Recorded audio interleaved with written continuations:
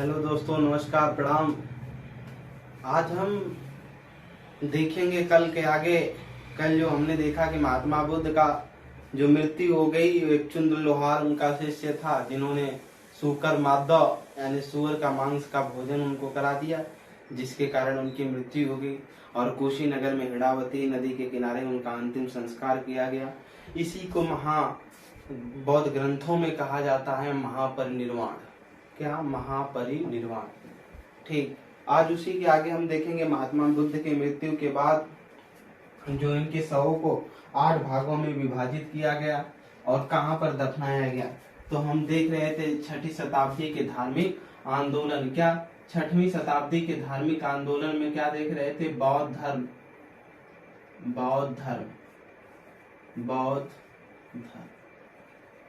क्या देख रहे थे? बौद्ध धर्म देख रहे थे। बौद्ध धर्म में हम क्या देख रहे थे? इसमें देख रहे थे महात्मा बुद्ध। महात्मा बुद्ध के बारे में हम देख रहे थे। ठीक। आगे इसमें हम देखेंगे जब इनकी मृत्यु हो गई तो क्या हुआ। मृत्यु के बाद देखेंगे बौद्ध धर्म में इसी को महापरिनिर्वाण कहा गया। लिखेंगे आगे महात्मा बुद्ध के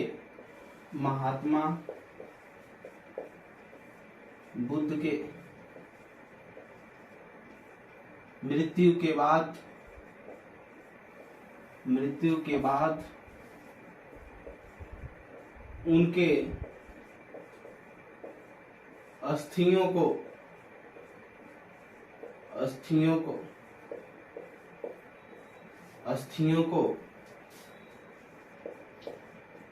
अस्थियों को 8 भागों में बांटा गया। 8 भागों में बांटा गया।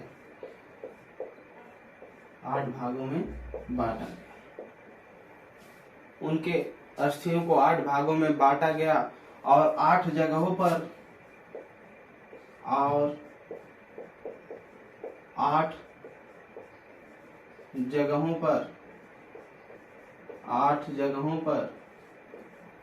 आठ स्तूपों का निर्माण करवाया गया। 8 स्तूपों का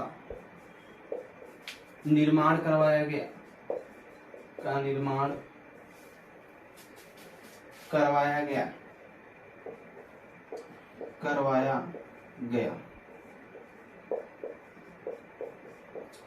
स्तूप जो होते हैं, जैसे हम लोगों का मंदिर होता है पूजा करने के लिए, उसी तरह स्तूप 4 प्रकार के होते हैं। अभी आगे हम देखेंगे, लेकिन पहले यहाँ बस इतना जानना है कि जो स्तूप होते हैं ये मंदिरों की ही तरह होते हैं, पवित्र होते हैं, जहाँ पर बौद्ध भिक्षुओं की अस्थियों को रखा जाता है। किसके लिए? पूजा करने।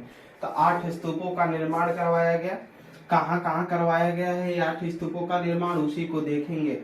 8 जगहों पर करवाया गया है, उसी को देखेंगे। ठीक। नंबर 1 देखेंगे मगध। कहाँ? मगध। नंबर 2 देखेंगे वैशाली। कहाँ पर? वज्र वैशाली, भय दरभंगा वाला क्षेत्र। तीसरा देखेंगे कपिलवस्तु।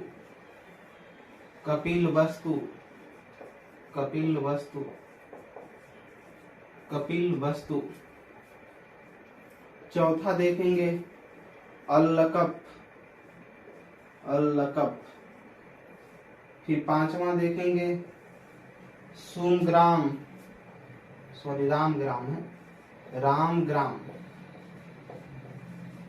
रामग्राम।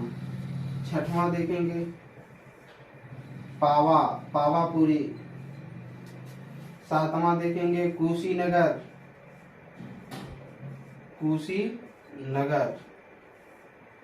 8वां देखेंगे वेथाद्वीप। ये 8 जगहों पर महात्मा बुद्ध के जो 8 स्तूपों का निर्माण करवाया गया है, उनके अस्थि कलश को बांटकर 8 जगहों पर बनवाया गया स्तूप। आगे की तरफ देखेंगे, अगर कोई भी दिक्कत परेशानी होती है तो आप हमको जरूर बताएंगे कमेंट सेक्शन में। ठीक। और जो इन 8 स्तूपों का निर्माण करवाया, ये किसने करवाया था? लिखेंगे आजाद शत्रु के द्वारा, बाई आजाद शत्रु, आजाद शत्रु जिसका जन्म से कोई शत्रु न हो, अजात शत्रु। अजात शत्रु तो कौन था? बिंबिसार का लड़का था। और उदयन का पिता कौन? अजात शत्रु जिसका जन्म से कोई शत्रु न हो। यहाँ तक समझ में आई होगी बात। आगे हम देखेंगे।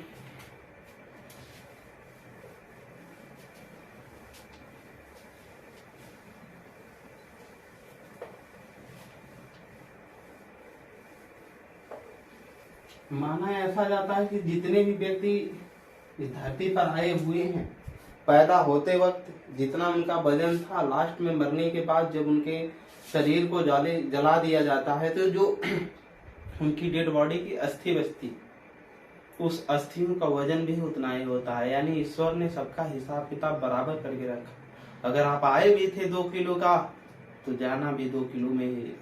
उनकी अस्थियों को जो हमारे हिंदू धर्म में कलश में इकट्ठा किया जाता है लास्ट में, वही चीज।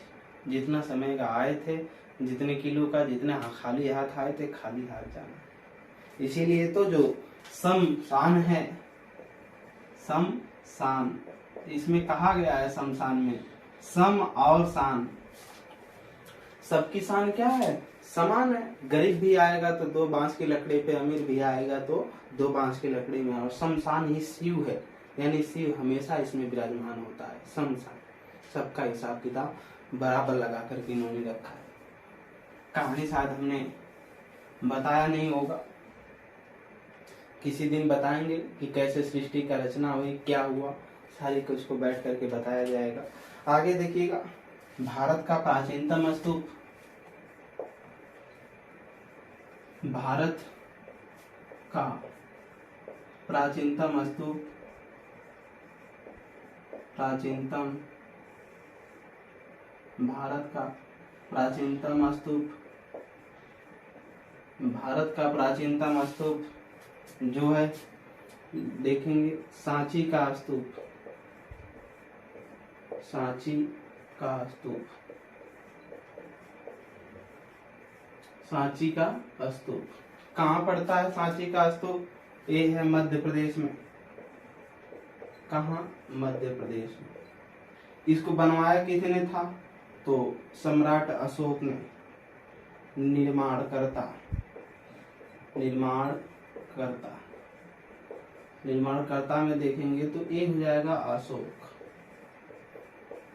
किसने? अशोक ने बनाया। आगे देखेंगे विश्व का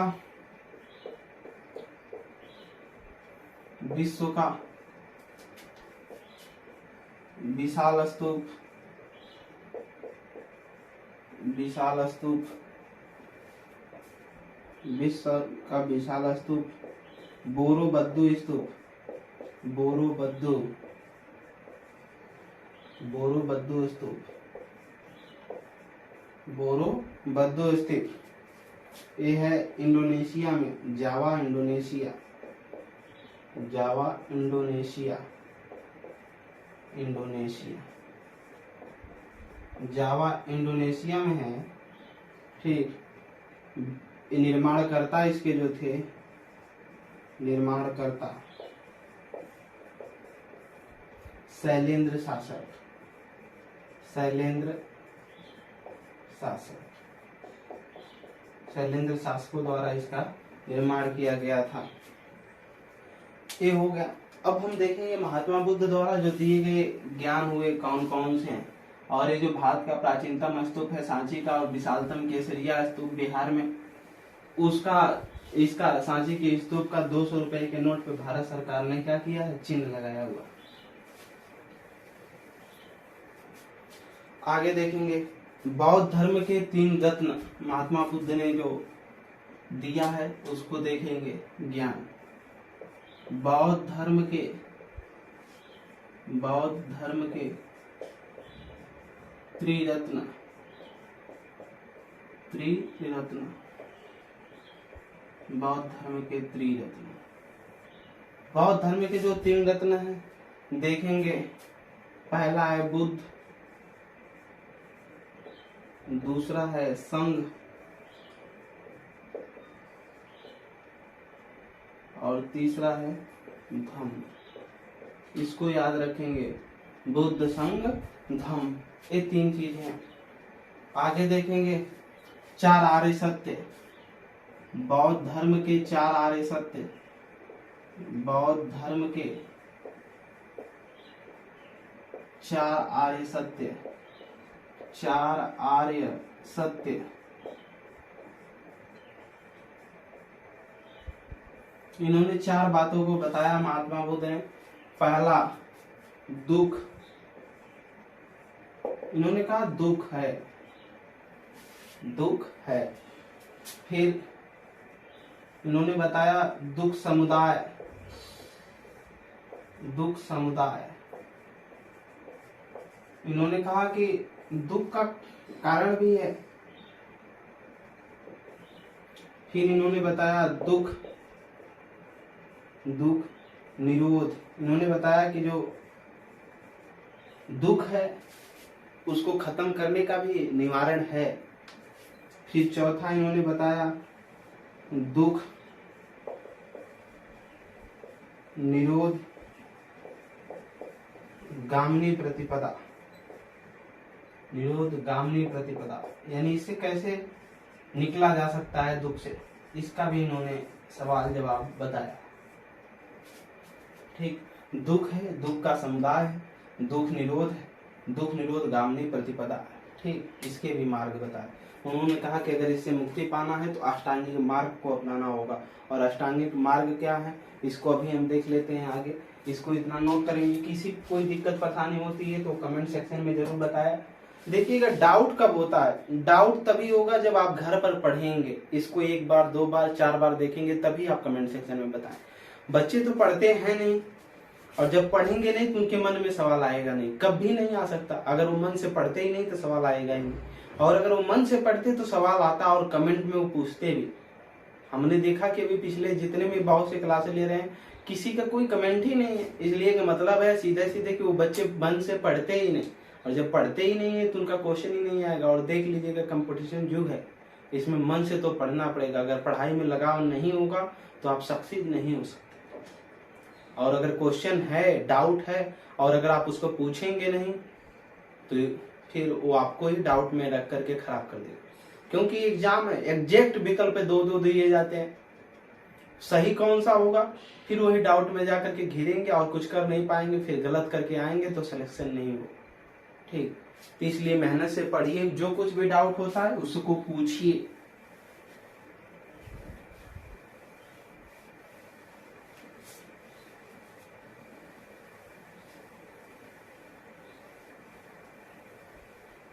आगे देखेंगे हम अष्टांगिक मार्ग, महात्मा बुद्ध के द्वारा सुझाया गया अष्टांगिक मार्ग। अष्टांगिक मार्ग, अष्टांगिक मार्ग महात्मा बुद्ध द्वारा सुझाया गया जो क्या है। पहला देखेंगे सम्यक दृष्टि। सम्यक दृष्टि इधर से देख लेते हैं, थोड़ा बड़ा रहेगा, लिखने में भी आसानी होगी। सम्यक दृष्टि, सम्यक दृष्टि, सम्यक दृष्टि, इसका मतलब है वस्तु के वास्तविक स्वरूप की समझ, वास्तविक स्वरूप की समझ। यानी जो कोई भी वस्तु है उसका वास्तविक रूप से समय के साथ क्या हो, समझ में आ जाए, बस वही वस्तु के वास्तविक स्वरूप की समझ क्या है, ये है सम्यक दृष्टि। दूसरा देखेंगे सम्यक वाक। सम्यक वाक, सम्यक वाक, सम्यक वाक। सम्यक वाक में देखेंगे इसका मतलब है अप्रिय वचनों का त्याग, अप्रिय वचनों का त्याग। यानी जो भी आप उल्टा सीधा बोलते हैं उसको ना बोले, उसका त्याग कर दे। उन्होंने दूसरा कारण बताया, ठीक, दूसरा, इसको फॉलो करें। और एक चीज आपने और देखा होगा कि रहीमन ओ सॉरी कबीरदास ने लिखा है ना, ऐसी बानी बोलिए मन का आपा खोए, औरन को शीतल करे आप हो शीतल हो। यानी दूसरे से ऐसा बोलिए कि उसका भी मन खो बैठे, अपना भी आपके आगे। आगे देखिएगा, अगला है समयक संकल्प। संकल्प यानी समय के साथ संकल्प ले। क्या संकल्प लेना है समय संकल्प में? लोभ द्वेष, लोभ द्वेष, लोभ द्वेष, हिंसा, हिंसा से मुक्त विचार, हिंसा से मुक्त विचार। यानी लोभ नहीं रखना है, किसी के प्रति द्वेष नहीं रखना है, और हिंसा, हिंसा से दूर रहना है। यही क्या है? मुक्त विचार है।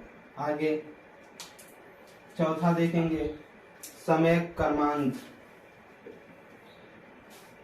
सम्यक कर्मांध, सम्यक कर्मांध। सम्यक कर्मांध क्या है इसको देखेंगे। सत्कर्मों का, सत्कर्मों का, सत्कर्मों का, सत्कर्मों का अनुसरण, यानी जो सही है उसका पालन करें हम, ठीक। ये 4 नियम इधर हमने अभी देखा। महात्मा तो समय दृष्टि, यानी समय की जो दृष्टि हो वो वस्तु वास्तविक स्वरूप की समझ हो। यानी हम किसी भी वस्तु को देखें तो उसके जो वास्तविक स्वरूप है उसका क्या है उसको हम समझें। समय को अप्रिय जो वचन है, समय के हिसाब से सब कुछ देख करके बोलना चाहिए। समय संकल्प, हमको ये संकल्प लेना चाहिए कि किसी चीज को देख करके लोभित नहीं होना है, द्वेष नहीं किसी से रखना है, हिंसा की बात नहीं करना है, न हिंसा करना है। समय कर्मांत सत्कर्मों का अनुसरण करना है, ठीक। आगे 4 देखेंगे हम।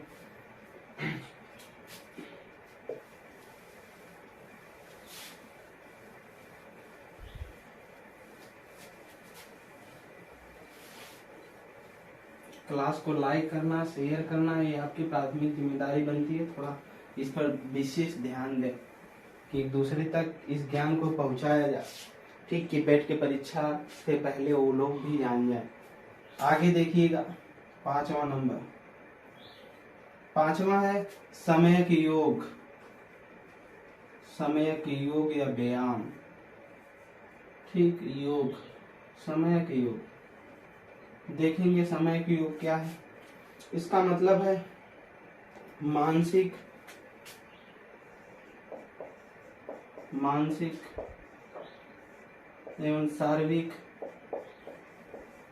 शारीरिक स्वास्थ्य, इसके विषय में क्या करना है, ध्यान रखना।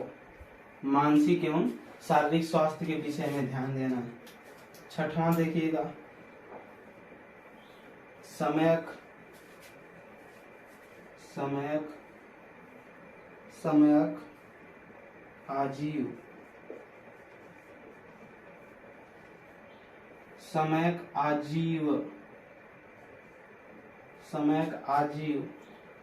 इसमें देखिएगा सदाचार युक्त आजीविका,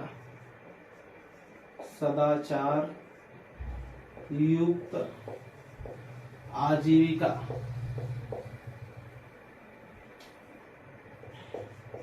आजीविका यानी जो भी रोजी रोटी लगे वो सदाचार से हो, दुराचार से ना हो। जैसे आज के समय में पैसा देने वाले लोग हो जा रहे हैं, ठीक, ऐसा ना हो। आगे देखेंगे 7वां नंबर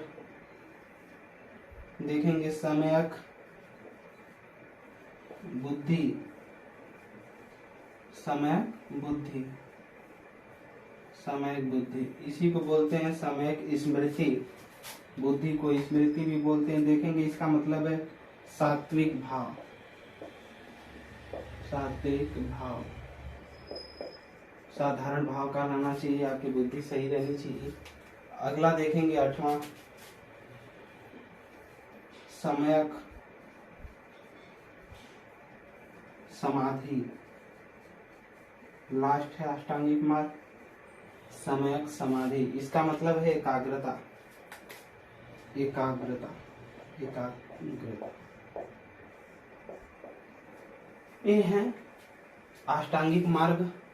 अष्टांगिक मार्ग महात्मा बुद्ध ने इसीलिए दिया था कि जो भाव तृष्णा है, भाव तृष्णा, ये भाव तृष्णा, तृष्णा का मतलब ही होता है इच्छा, इंद्रियों की जो इच्छाएं, और इसी इच्छा के नष्ट हो जाने को ही महात्मा बुद्ध ने क्या कहा, निर्वाण की प्राप्ति हो जाएगी। अगर भाव तृष्णा की इच्छा जो है अगर ये नष्ट हो गई, भाव तृष्णा, तो ये क्या हो गई, भाव तृष्णा नष्ट हो गई तो इच्छाएं नष्ट हो जाएंगी और जो भाव है वो खुद खत्म हो जाएगा। यानी भाव तृष्णा को ही अगर खत्म हो जाए तो निर्वाण की प्राप्ति हो जाएगी प्रत्येक व्यक्ति को, यानी आत्मा परमात्मा से मिल जाए। आगे देखेंगे महात्मा बुद्ध ने 10 सील दिया, इसको पालन करने के लिए दिया। ठीक, 10 सील कि कैसे व्यक्ति को अपने जीवन में रहना है, क्या करना है, क्या नहीं करना। देखेंगे 10 सील, इन्होंने 10 सील को दिया। 10 सील, 10 ज्ञान दिया, 10 सील। ठीक, 10 सील। दूसरी तरफ इसको कहते हैं शिक्षा पथ, यानी महात्मा बुद्ध ने शिक्षा का पथ दिया। ये पद है शिक्षा का पद या पथ दिया कि किस मार्ग से हमें चलना चाहिए, क्या करना चाहिए, क्या नहीं करना चाहिए। इन्होंने पहला बताया अहिंसा, यानी महात्मा गांधी वाली इच्छा, अहिंसा के पुजारी थे, ठीक ना, अहिंसा के रास्ते पर चलिए। दूसरा इन्होंने बोला कि सदा सत्य बोलिए, क्या सत्य बोलिए। ठीक, कितनी संख्या है इनकी, 10 है। ठीक, संख्या 10 सील दिया इन्होंने, संख्या 10 है। इन्होंने कहा सदा सत्य बोलिए। तीसरा इन्होंने कहा अस्ते का मतलब चोरी न करिए। अस्ते का मतलब लिख लीजिएगा, चोरी न करिए। अपरिग्रह, अपरिग्रह, इन्होंने कहा अपरिग्रह, आवश्यकता से ज्यादा धन को इकट्ठा न करिए, यानी हमको अगर 10 रुपए की आवश्यकता है तो 10 रुपए ही रखें, 20 रुपए न जुटा कर रखें। पांचवा इन्होंने बताया मद्य सेवन, मद्य सेवन न करना, न करना, मद्य सेवन न करना। छठवां देखेंगे असमय भोजन न करना, असमय भोजन न करना, भोजन न करना, न करना, यानी बिना समय का भोजन नहीं करना है। अगला देखेंगे 7वां, और 7वां देखेंगे सुस्पृद विचार, सुस्पृद विचार, यानी जो भी बात विचार है उसको सही तरीके का रखिए। 8वां देखेंगे इन्होंने जो बताया आभूषण न पहनना, आभूषण न पहनना। इन्होंने कहा कि आभूषण नहीं पहनना। 9वां देखेंगे, इसमें जो था स्त्रियों से दूर रहना है, यानी ब्रह्मचर्य जीवन बिताना है, स्त्रियों से दूर रहना, से दूर रहना है। अगला देखेंगे 10वां, ये है व्यभिचारियों से दूर रहना है, व्यभिचारों से या व्यभिचारियों से, व्यभिचारों से दूर रहना है, से दूर रहना। ये जो 5 नियम दिए गए थे, ये जो गृहिणी हुआ करते थे गृहस्थ में, यानी गृहस्थ थे, उनको पालन करना था, जो गृहस्थ के साथ साथ बौद्ध धर्म को अपनाए। और ये जो पूरे 10 नियम है, ठीक ना, 10 ले करके पूरा ये 10 तक जो है, यहाँ तक ये 10 जो भिक्षुक हुआ करते थे बौद्ध धर्म को, उनको मानना था। 10 नियम को भिक्षुक को मानना था, और जो गृहस्थ में रह करके बौद्ध धर्म को पालन करते थे कि अहिंसा, सत्य, अस्तेय, अपरिग्रह न करना। फिर से मैं बता दे रहा हूँ, अहिंसा, इन्होंने कहा कि अहिंसा के रास्ते पर चलिए, हिंसा न करिए। सत्य के रास्ते पर सदा सत्य करिए, बोलिए। अस्तेय, चोरी नहीं करना है। अपरिग्रह, आवश्यकता से ज्यादा धन को इकट्ठा नहीं करना है। मद्य सेवन यानी मदिरा का पान नहीं करना है। असमय भोजन नहीं करना है। सुस्पृद विचार रखना है, यानी किसी के भी साथ सही बातचीत रखना है, विचार रखना है किसी के प्रति। आभूषण नहीं पहनना है। स्त्रियों से क्या रहना है, दूर रहना है। बेविचारों से क्या रहना है, दूर रहना है। इन्होंने 10 ज्ञान को 10 इच्छा पद इन्होंने दिया। ठीक, आगे की तरफ देखेंगे हम जो है, अगर इसमें किसी को दिक्कत परेशानी हो तो हमको बता सकता है।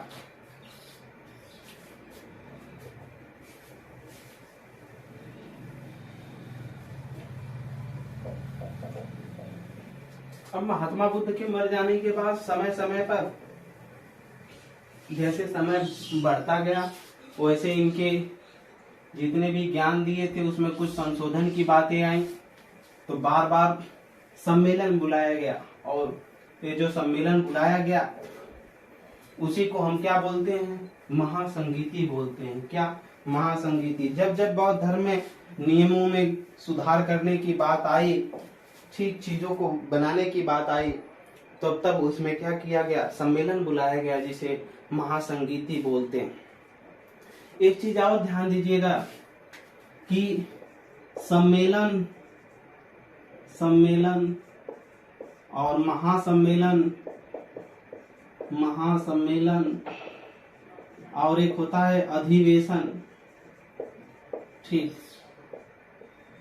देखिएगा तीनों में अंतर क्या होता है। सम्मेलन, कोई भी मिलन, सम्मेलन आम आदमियों के द्वारा सम्मेलन हो सकता है।